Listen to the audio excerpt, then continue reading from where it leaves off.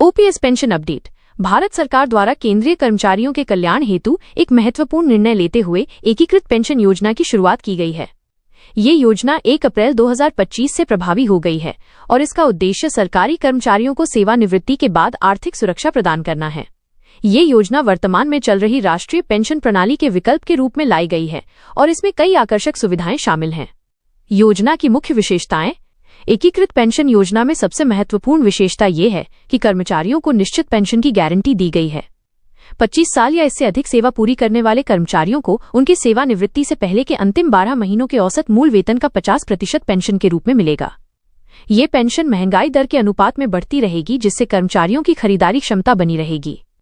न्यूनतम 10 साल सेवा पूरी करने वाले कर्मचारियों के लिए भी विशेष व्यवस्था की गई है।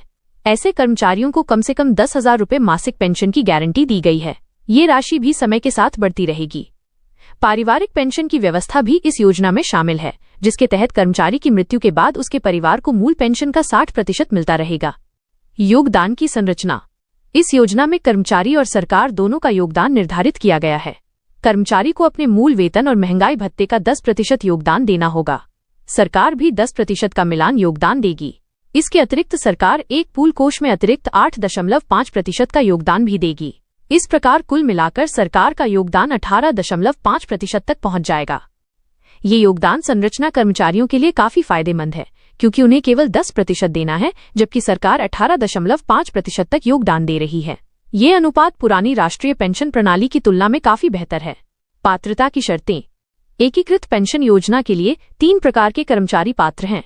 पहले वे कर्मचारी जो 1 अप्रैल 2025 को सेवा में थे और राष्ट्रीय पेंशन प्रणाली के सदस्य हैं। दूसरे वे नए कर्मचारी जो 1 अप्रैल 2025 के बाद केंद्र सरकार की सेवा में शामिल हुए हैं। तीसरे वे सेवानिवृत्त कर्मचारी जिन्होंने 31 मार्च 2025 तक राष्ट्रीय पेंशन प्रणाली के तहत सेवानिवृत्ति ली है। योजना में शामिल होने के लिए न्यूनतम 10 साल की सेवा आवश्यक है। जो कर्मचारी 25 साल पूरी सेवा करते हैं उन्हें पूरा लाभ मिलता है। 10 से 25 साल के बीच सेवा करने वाले कर्मचारियों को अनुपातिक लाभ मिलता है। विकल्प चुनने की समय सीमा। वर्तमान कर्मचारियों के लिए इस योजना का विकल्प चुनने की अंतिम तिथि 30 सितंबर 2025 निर्धारित की गई है। ये एक महत्वपूर्ण तारीख है, क्योंकि इसके बाद कर्मचारी इस योजना में शामिल नहीं हो सकेंगे। नए कर्मचारियों के लिए सेवा में शामिल होने के 30 दिन के भीतर विकल्प चुनना होगा। जो कर्मचारी एक बार एकीकृत पेंशन योजना चुन लेते हैं, वे वापस राष्ट्रीय पेंशन प्रणाली में नहीं जा सकते। ये निर्णय अंतिम और अपरिवर्तनीय होता है, इसलिए कर्मचारियों को सोच समझकर फैसला लेना चाहिए। अतिरिक्त लाभ। एकीकृत पेंशन योजना में सेवानिवृत्ति के समय एकमुश्त राशि का भुगतान भी शामिल है। ये राशि ग्रेच्युटी के अतिरिक्त मिलती है।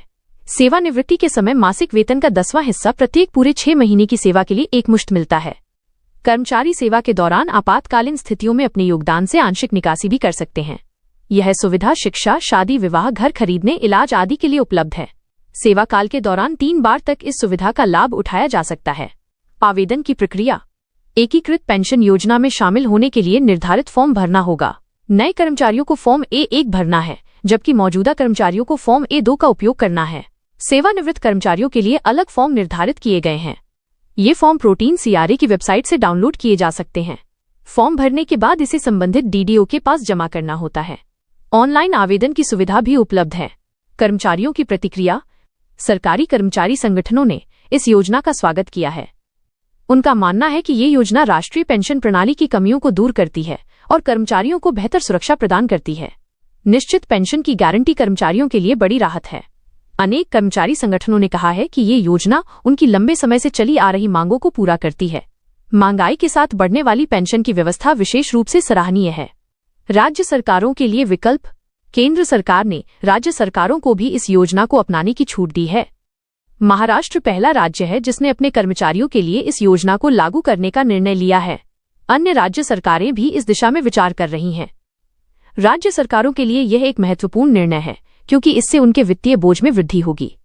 हालांकि कर्मचारियों के कल्याण की दृष्टि से यह एक सकारात्मक कदम माना जा रहा है। भविष्य की संभावनाएं। एकीकृत पेंशन योजना भारत में सरकारी कर्मचारियों की पेंशन व्यवस्था में एक नया अध्याय खोलती है। इससे कर्मचारियों में नौकरी की संतुष्टि बढ़ने और सेवा की गुणवत्ता में सुधार होने की उम्मीद है। सरकार का ये कदम कर्मचारी कल्याण की दिशा में महत्वपूर्ण है। आने वाले समय में इस योजना के परिणामों का मूल्यांकन करके इसमें और भी सुधार की गुंजाइश है। सरकार का लक्ष्य है कि सभी कर्मचारियों को सेवानिवृत्ति के बाद सम्मानजनक जीवन जीने के लिए पर्याप्त आर्थिक सुरक्षा मिले।